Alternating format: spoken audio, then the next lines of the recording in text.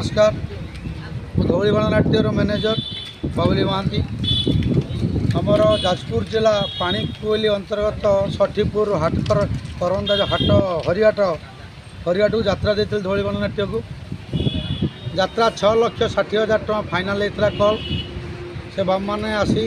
कहले एमती प्रोब्लेम असुविधा अच्छी आम गोटे कंप्रोमाइज कले से कंप्रोमाइजर साक्षी थे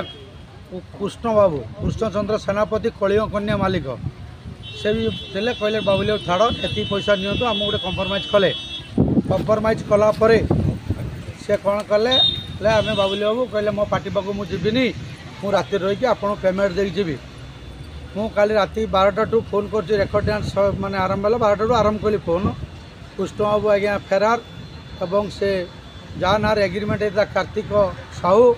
एवं साक्षी थे सेक्रेटरी थे अशोक दास समस्त मिसी फेरार मुझे पाणीकोइली थाना पहुँची कलाकार मैंने मत घेरी पैसा आमको नदेले आम यात्रा करूनी जदि 2.5 लाख टंका मुझे न पाइबी यात्रा केमी चलो यात्रा पार्टी कमिटी बंधु मैंने आणला बेलू भल कथा पार्टी आनी सारापर अलग प्रकार व्यवहार कथा आपण कमिटी बंधु मान कहूँ पार्टी देखु आपण पार्टी नियंतु हाँ हाँ मारी एग्रीमेंट करी पार्टी आणुचंदी आणिला पर ये जो प्रॉब्लम करुचंदी आमे कौन करिया निरीह कलाकार माने कोड पैसा पाइबे आमे कोड दबु मालिक कोड देबे आपण मान जानछन सारा ओडिसा रे धौली गणनाट्य एक्सीडेंट होई 6 जन लोक मला पर जो प्रॉब्लम हेछि ताको भी आमे समाधान कलु यदि आमको लक्षाधिक टंका आदि कमिटी न दियंती और यात्रा केमिति परिवेषण करी कलाकार को दबी